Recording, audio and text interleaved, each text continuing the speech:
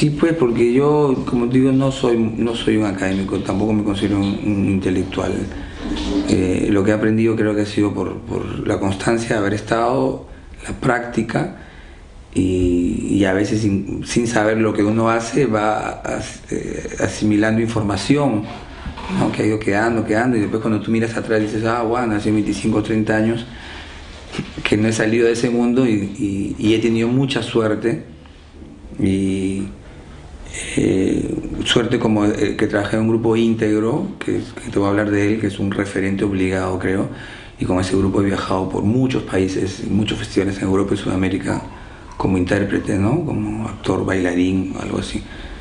Entonces es por eso que uno va aprendiendo casi sin proponérselo, ¿no? Y después de repente, wow, volteas y dices, cuántas cosas he vivido y yo por eso sé un poco, porque estaba ahí viviéndolas nada más, nunca tuve el afán de qué sé yo, de ser un portador de la voz, de la danza, ¿no?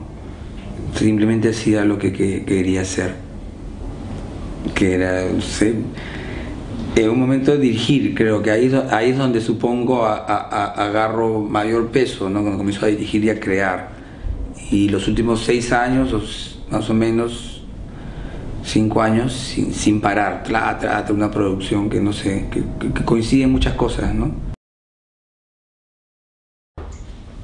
Yo empecé en los 80, más o menos en el 87, 85, estudiando teatro en una academia que no era una escuela, el Club de Teatro de Lima, le dicen acá, pero me gustaba la expresión corporal.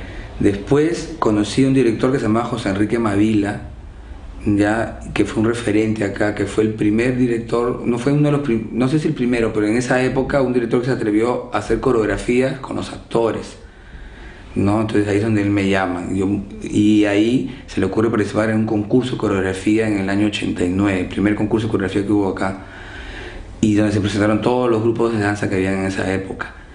Morela Petrosi recién venía de Estados Unidos a formarse, entonces venía con una onda muy contemporánea para esa época. Mirela Carbone estaba en un grupo que se llamaba Danza Lima, ¿no? Que también estaban haciendo cosas. Hay un grupo contemporáneo de Gina Nateri, que hasta ahora existe, creo. Bueno, entonces todos esos grupos se presentaron y nosotros nos presentamos. Estaba íntegro también con Oscar Natters y ganamos el primer lugar empatando con íntegro, con Oscar Natters. Ahora, Mavila, Natters, después de muchos años, y ahí yo veo todo el mundo de la danza y yo digo, wow, yo quiero esto, y yo quiero una zapatilla, ¿no? Entonces recién me pongo a estudiar danza ahí con Lili Seni, que era una de las bailarinas de íntegro también. ¿Y que era íntegro? Íntegro también había nacido también en los 80, con este director que venía de Europa, de Rumanía, a estudiar pintura, se junta con Lili Seni, forman íntegro. En una época donde no había industria cultural, donde los grupos te pasabas meses ensayando y nadie cobraba nada, más imponías en la tuya, nadie pensaba en sueldos para los ensayos y seguros y nada, ¿no? Cada uno y su vestuario, cada uno se recurseaba. Hay un antes y un después de íntegro en la danza moderna en el Perú. Y yo creo que hasta ese entonces en Lima las coreografías eran planas, pues, ¿no? O eran concentradas en una sola acción, no en multiacciones. Entonces creo que Oscar rompe eso. Y también por otro lado temas más, tal vez más crudos, en el sentido de sí, él intuitivamente justo tiene un montaje que se llama Intuiciones, entrar en temas del inconsciente, ¿no? Después, ojo, que Lima también vivía una época de guerra, Perú en general, entonces también creo que él comienza a reflejar eso en sus trabajos de forma más directa. Entonces íntegro despunta, ¡pua!, y se pone como un grupo a la vanguardia, que creo que los otros grupos, ¿no? Algunos se suman a eso, pero por una cuestión ya no de copia, sino porque, ¿no? Eso es lo que se venía develando ya. Y si me imagino que pasaría en otros lados del mundo. Y justamente Íntegro comienza a viajar a un montón de festivales, ¿no? Después Íntegro sufre un cisma, sus bailarines se quedan por muchos lados del mundo, ellos también, los directores, Oscar, y después se regresa y comienza a trabajar con actores, bailarines, que es mi caso. Entonces formamos como un nuevo Íntegro y mezcla, entonces él también ya mezcla los lenguajes. Yo siempre me he nombrado como referentes de la vanguardia a Morela, porque venía con un asunto también muy de ella, muy moderno en esa época, trabajar el minimalismo, me acuerdo, ¿no? O sea, te estoy citando referentes que mezclaban lenguajes, creo que es lo más rico, ¿no? Entonces, o tendencias, y Mirela, que después del cisma de Danza Lima también se va a Ecuador y regresa, había trabajado con un director, no me acuerdo el nombre del director ahorita, también con Wilson Pico, también, esa gente. Y Mirela viene con un expresionismo así fuertísimo, la danza teatro, y se vuelve un emblema en la danza teatro. Y por ahí estaba, en Íntegro también estaba, por ahí estaba Pachi, y después se fue a Nueva York, regresó, Rosana Peñalosa, no sé si te han mencionado, con Mirela, se juntan las tres y forman Patecabra, una escuela. Y gracias a esa escuela creo que surge una generación de bailarines jóvenes. Había una época que no había mucha gente que se atreviera a hacer danza, ¿no? Después ya has visto lo que ha pasado, están en la universidad, Mirela llega a ser directora ahí de la facultad, no se ha soltado, hay una herencia directa, como te he dicho, ¿no? Con esos referentes todavía vivos.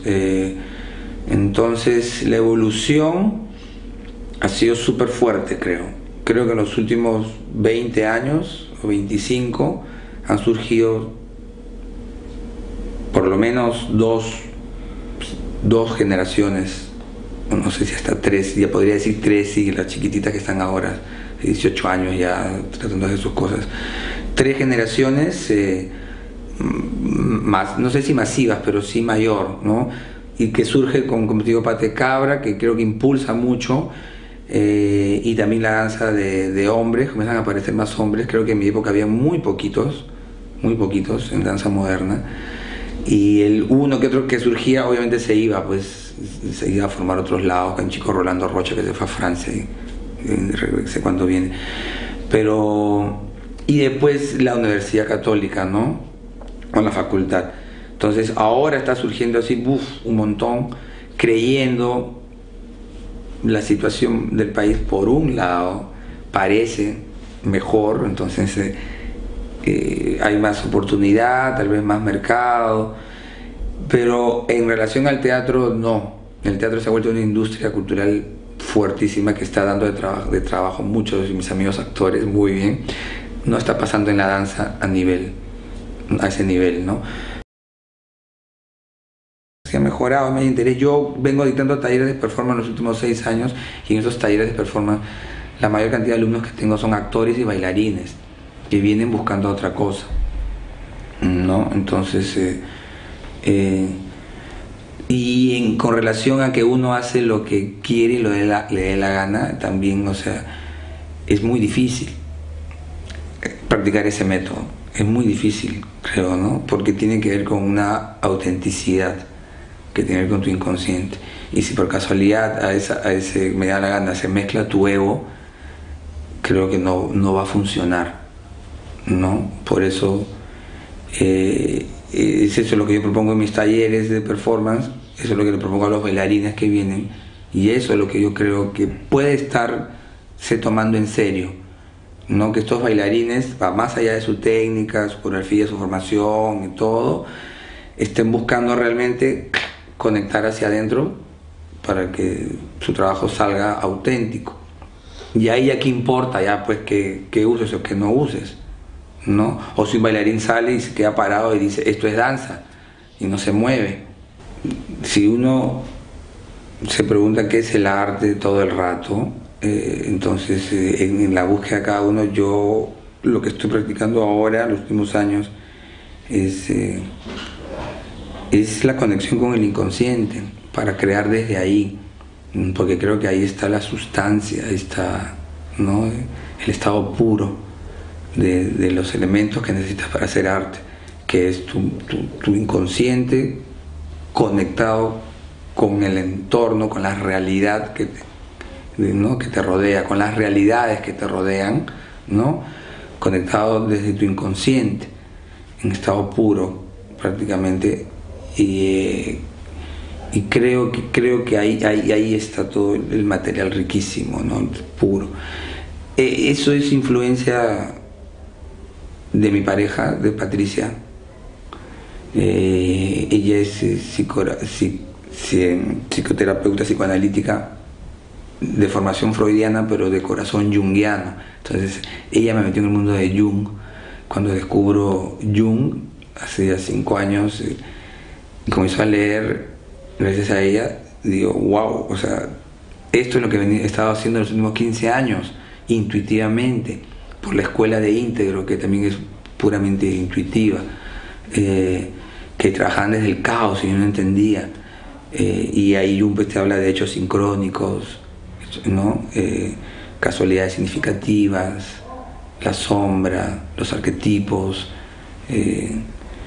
estos conceptos que reconozco y digo, wow, por eso es que salía así, de tal manera. Entonces, y hay una frase medio ambigua que siempre digo, ¿no?